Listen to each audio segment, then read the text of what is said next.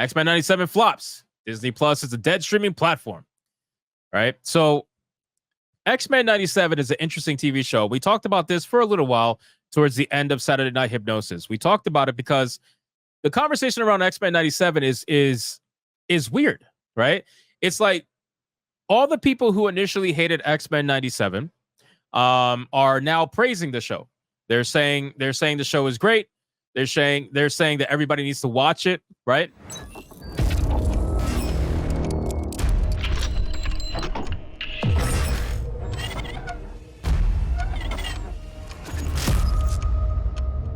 The thing is, nobody is watching it though, right? Like when I say nobody, I don't mean that as a like definitive nobody. I'm just saying like the numbers do not represent what people are saying about the show.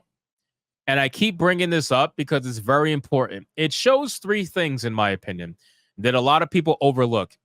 It shows, number one, how people do not like Disney anymore. No matter what Disney puts out, no matter how much of good press the show may get, it doesn't matter. People are just done with Disney. I'm one of them, right? You guys know that. I've said that in many different videos. And I know a lot of you are the same exact way. So a lot of people are just done with Disney. It doesn't matter how good something is. They don't give a fuck. They don't want to be bothered. And that just goes to show just the overall apathy people have for Disney. Like nobody gives a shit. That's number one. Number two, even if people want to actually watch the show, they are probably most likely going to sail the high seas for it, right? Because they don't want to. They can be in both camps, right? Maybe they do want to watch the show. Maybe their favorite content creators said it was good, but they don't want to give Disney the click. Chances are they're going to sail the high seas for it, like a lot of people do with Disney stuff, and they're not gonna. That number obviously is not going to translate, right? Because it's pirated, so they're not going to translate it. And number three, and this is something I didn't get to talk about on SNH, is that it just shows the overall shift that people are having towards what they spend their time watching. And what I mean by that is mainstream television, little by little, is starting to be replaced with independent creators on YouTube. They're being replaced by maybe reading is picking up again. A lot of people are picking up reading as a hobby again. Especially if you're into like manga, whatever, like a lot of that stuff is being replaced by other things, and YouTube or independent creators and their own personal shows are 100% affecting things like this, right? People would normally sit down and watch a TV show, but unfortunately they're so used to bad content that they just prefer not to watch TV half the time. It's just the truth, man. I've seen so many people say that streams and YouTube videos are their new form of entertainment. I know of a lot of people that when they drive to and from work, they listen to YouTube podcasts or they listen to YouTube videos. Or sometimes when they're on their break at work, instead of watching a TV show or a movie on their phone, they're watching their favorite content creator, whoever that might be. You know, it's an interesting dynamic that's happening right now, and you're seeing it reflected in the numbers. But the truth be told is I don't think that's what it is for X-Men 97. I think the problem with X-Men 97 is simply this show killed itself by its own nature before it was even released. It gave unbelievably bad press to the public, and they ran with it, right? So your first announcement about this show was Morph being non-binary. Now, that was the most stupid thing that you probably could have done from a marketing standpoint, right? You are saying something that is automatically going to be divisive no matter what. You put that out there, and you can have people that are for it. You can have people that are against it. But unfortunately for you, it seems like a lot of people who are against it are the majority, and a lot of people who are for it are in the minority, because if it was the other way around, it would be reflected in the numbers for the TV show. A lot of people are also saying, well, the show is not a binge model, so that's why it wasn't in the top 10. Well, that argument kind of dies when you figure out that Miss Marvel wasn't in the binge model. Miss Marvel was a weekly release, and that show was in the top 10 for its first week and second week until it eventually fell off. So Miss Marvel has a bigger fan base and a bigger viewership than X-Men 97. At least enough to the point where it can make it into the top 10, and this show cannot. So unfortunately, it looks like this show doesn't have the level of support that I guess it was hoping for. And again, whether it deserves it or not, that's not the conversation we're having. You can, if you like the show, great. If you hate the show, great. If you don't want to watch it because of Disney, great. I don't care. What it is that the people who are praising the show and trying to use it as some epic win for wokeness, you don't really have that here because the numbers don't showcase that. Unfortunately, if they did, then great. This will be one of the few, TV shows and movies that happen to have a little bit of wokeness in it that happen to be successful. Congratulations. That does happen sometimes. Okay. I want people to realize that they'll take this one win and they'll forget about the 100 losses that they had prior to this one win. And they'll be like, this is the greatest thing ever. You see, gay people do sell. It's like, no, that's not the case, man.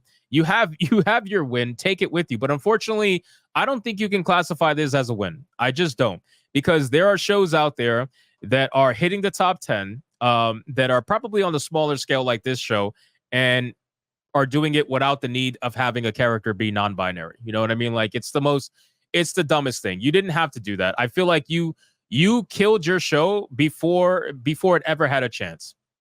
Before it ever had a chance, man. You killed your show. It's done. Like you said your character was non-binary. DeMaio came out and said he's going to tell the show through the eyes of a gay black man. Whatever the fuck that means. I don't know why you did that. And DeMaio's being praised right now. People are saying bring him back. But my thing is, yeah, he may be a great director. He may be a great showrunner, but he's clearly not a great marketer because that's the worst thing you can say. Like that's the dumbest shit. You are leading with divisive topics.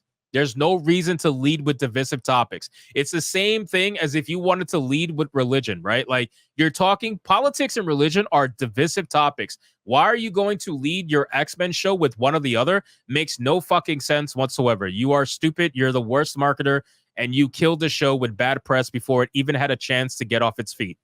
And that's what a lot of these shows experience. That's the truth. A lot of these shows experience that same exact thing. They kill the show before it even gets off.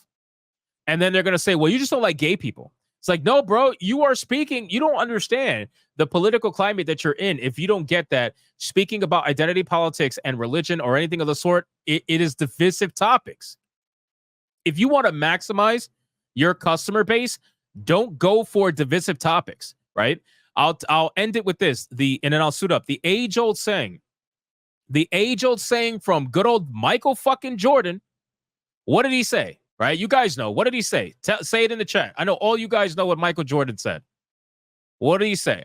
Michael Jordan famously said that Republicans buy shoes too. Right?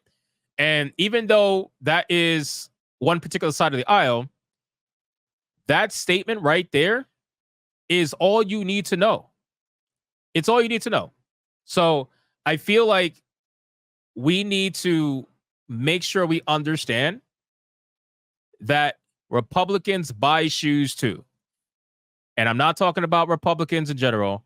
No, I know he said stop it, get some help. I know. Republicans buy shoes too. So all I'm saying is whatever your political leanings, leave it the fuck out of the TV show that you're trying to get out there. Try to cast the biggest net and you'll get the most amount of fish, hopefully. That's normally how it goes. Cast the biggest net. But they're too busy trying to fucking cast the most niche net. They're throwing the smallest net out there, and they're complaining about viewership after they throw the smallest net out there. Like, stop, man. Just throw the biggest net. Leave your bias out of this shit. Leave your politics out of it. Throw the biggest net. But see, the issue is that for these kind of people, their sexuality is their identity, their entire personality. So for them, it's not political. For them, it's not considered politics to talk about their sexuality and whatnot. And that's the problem. That's the ideological problem that we have right now. And I think that's the disconnect that we are experiencing currently in entertainment across gaming, movies, whatever, is that people don't realize that nobody gives a fuck who you sleep with.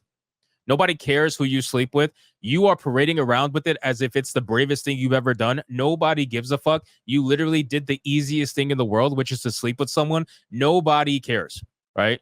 So you're going around there waving that flag and you're trying to say, oh, Morph is non-binary now. There is no reason for Morph to be non-binary other than the fact that this show came out in 2024. That is the only reason why Morph is non-binary. Had this show continued in the 90s like it was originally was, Morph would not be non-binary. He would be what he was originally, and that is it. That is the only reason why. It's because it came out now and they decided to throw in that little bit of politics, that little bit of identity politics in there, and they just wanted to have a little bit of a thing in there. That's all, a little bit of a win for the LGBTQ community. Hey, look, this guy is non-binary, even though he never was to begin with. So again, don't care about him being non-binary. Don't care about the fact that he makes gay jokes towards Wolverine and wants to suck him off. What I do care about is that you're using that to market your show and you got fucked for it. And then you don't want to have the conversation as to why you got fucked for it. Because then you have to admit that the majority of people don't want to deal with this nonsense. They don't want to hear it. They don't even want to entertain it. Right?